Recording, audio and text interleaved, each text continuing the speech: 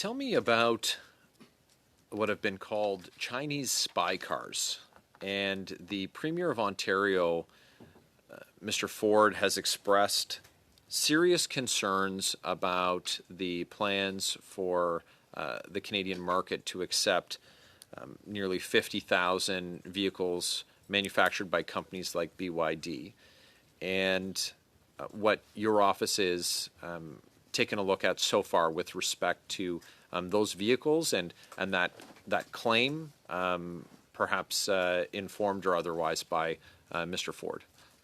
Thank you for the question. I have heard those statements, and we are monitoring the situation generally with respect to connected vehicles. We've, in fact, this year launched our contribution program on the theme of connected devices and looking forward to finding out more about the types of connection, the types of data information that is collected by cars and other types of devices. In terms of the Chinese angle, we are not looking at this specifically, but in the context of our TikTok investigation, one of the elements that we highlighted in our conclusion was that when data will leave Canadian jurisdiction, when there is a risk that other governments can have access to this information, this is something that Canadians should know about. This should be transparent. And so in our TikTok report of findings, we requested and the organization agreed to make this explicit. Just on TikTok, do you have a recommendation for Canadians on whether or not they should use the app? Well, our recommendation to Canadians is that they should ask questions about this app or any app, and frankly, any situation where their personal information is being sought. Asking, why do you need it? What will you do with it? Who will you share it with? And so in the TikTok investigation, we addressed these head on, looking at what is the organization telling Canadians? Because it's one thing for citizens to ask questions. Organizations have a big responsibility to be proactive in this transparency. And so in the TikTok case, we found that the information wasn't clear enough. It wasn't clear enough for adults, and it was certainly not clear enough for children, which is a huge part of that market. So questions like the use, the sharing, the purposes, where it's going, who can have access to it. So Canadians should ask more of these questions, but organizations should proactively take the responsibility to make that information easy to find. Have you seen a change in the proactive information offered by TikTok to Canadians since you made those recommendations? Well, I would say yes, because we are working with them and monitoring the implementation of our recommendations. Our recommendations had a 6 months period to put them in place. A big one was better tools to keep children, underage children, off the platform altogether. And others had to do with the transparency, with the consent, with the information. So they've implemented a number of those, and they have until March to complete the rest. And we're going to be monitoring that to make sure this happens. And what's the outcome if they were to, so first of all, based on their cooperation to this point, it's your expectation that they'll meet the deadline? And should they not, what would be the outcome?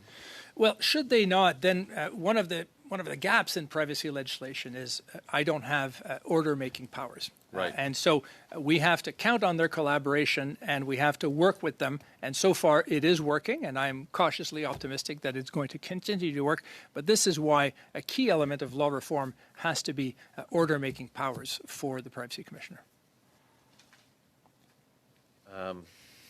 Pressed for time, I'm gonna move on. I just want to ask about your investigation of X Corp, and this is incredibly important. Obviously, the harms that are being done in real time, especially, but not only to children, but especially to children, with the non-consensual images that are being propagated, being created. It's alarming. What kind of a position are you in your role as a Canadian commissioner, with the lack of order-making power? Do you lack the enforcement tools necessary to be able to effectively execute your role in a way that would protect Canadians, especially children, in a situation where the gravity of it can be lost on no one? Well, I'll say two things. One, I need to have order-making powers. This should be a top priority for Parliament. I'm encouraged by statements from the Minister of AI that modernization is something that's being contemplated. That being said, I am and will continue to use the existing tools that I currently have to protect Canadians' privacy, with investigations, with the recommendations, but also working with partners in Canada and internationally. So in the context of deepfakes, we have issued statements calling this out as early as December 2023. We're working with international partners to bring the international community together in taking steps. And so that's one thing that I've done, for instance, in the 23andMe case in terms of the breach of Canadians' information. I don't have order-making powers. My UK counterpart does. And together, we did that for Canadians. Thank you. Thank you, Mr. Dufresne. Thank you for being here again. I want to go back on the answer that you provided to Mr. Barrett. You said that you do not have powers to force companies like X to provide information related to their operations. What are the recommendations that you would give the government so that they can act faster to protect people? Well, I have the power during an investigation to ask for information. So when I'm investigating, the act works.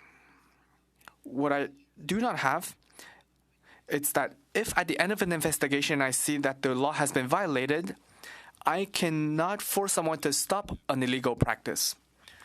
For example, you used the example of Pornhub. You said this is what should be done, but it's a recommendation. But you're using a lot of tools. You're doing research, but at your conclusion, they can still do whatever they want. That's what happened. Now, thankfully, a lot of Canadian companies that we deal with accept our recommendations. They talk to us, and then they will move forward with it. But when there is a refusal, that's problematic. And in the case of Pornhub, they turned down 2 recommendations that I think are essential. So first, ensure that there is a clear and direct consent of everybody there. If it's indirect, it can lead to things such as revenge porn. And when information is put there in an inappropriate manner, it needs to be quickly removed, and it needs to be easy for victims to remove that. And the organization still refuses to do so. And that's why I have requested an amendment and to be able to issue orders. People can challenge my decision in front of the courts. That's normal. That's part of the rule of law. However, there needs to be immediate protections for Canadians. So those recommendations were provided to the Canadian government, and you're essentially waiting for them to be enforced. Are there any other recommendations? Because last time you were here, it seems that you said that your office is underfunded, maybe understaffed. Do you feel that there is support?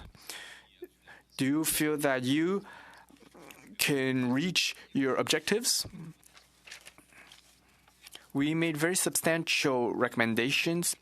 For example, a new bill that gives us some powers, and 2, recognizing privacy as a fundamental right, and 3, protecting young people, as well as the protection of the right to remove certain information, as well as the international side. So when data leaves Canada, I think there needs to be more stricter systems. So how many recommendations have been retained? It's been a year since the Carney government. How many recommendations have been retained? I think it will all be in one bill. I'm still waiting. I don't think there will be one bill per recommendation. I think there will be one for the private sector. I think there will be another bill for the public sector. I think that the public sector one will come later. However, I will continue to say that it's necessary to move quickly. So right now, as we speak, the public is no better protected compared to a year ago. Currently, the recommendations have not been implemented yet. I'm using the tools that I have with the best of my capabilities while working with international partners. However, there is an opportunity that needs to be seized by this parliament as quick as possible. Okay, thank you. Now want to talk about AI, identity theft, and the control of information. I know that recently they announced a partnership with the Chinese government that will bring in 50,000 cars. We know that people spend a lot of time in their cars, and in there they will talk about their families. They may even share certain things. And you said that once data leaves the country, we lose control of it. Do you think that there may be a potential danger to Canadians? I think that when it comes to sending data outside of Canada, that's an issue. We cannot completely stop it because international trade is based on that. So we need to find a balance. So protection of privacy, protecting sovereignty, digital sovereignty, national security, while ensuring that free trade can flow. So privacy brings forward things such as consent and transparency. Do we know what's happening? Are we okay with it? Is it easy to say no? Are they used properly? So it's important to look at all that, whether that is in the field of EVs in Canada or around the world, especially when data leaves our borders. I have a simple question. It goes back to what I asked earlier related to the Chinese government. Up until now, China has been identified as one of the most dangerous threats to our country, and now we're opening up trade with them. You work with global partners, a little bit around the world, in Australia, the UK. Are you comfortable in collaborating with China? Is there open collaboration? Do you have contacts? Do you feel like we can work with them? Do you think that data will be properly handled in the same manner as your counterparts in the UK and Australia and maybe even the USA? Canada is very active on the international scene. There are a lot of networks related to privacy. I talk about the G7.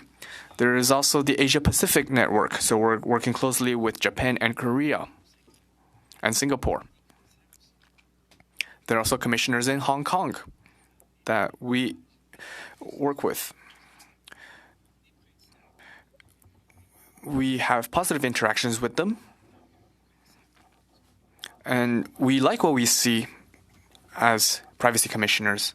Now, I have not necessarily interacted with the Chinese government when it comes to privacy protections. And what we want to see is a common voice, a strong common voice. And that allows us to issue many statements. Now, when it came to our investigation on TikTok, we had concerns because the Chinese government has strong powers to obtain information from private companies. And we wanted TikTok to say that it is possible that data be sent to China. Was it okay that China accept? TikTok accepted to modify certain things.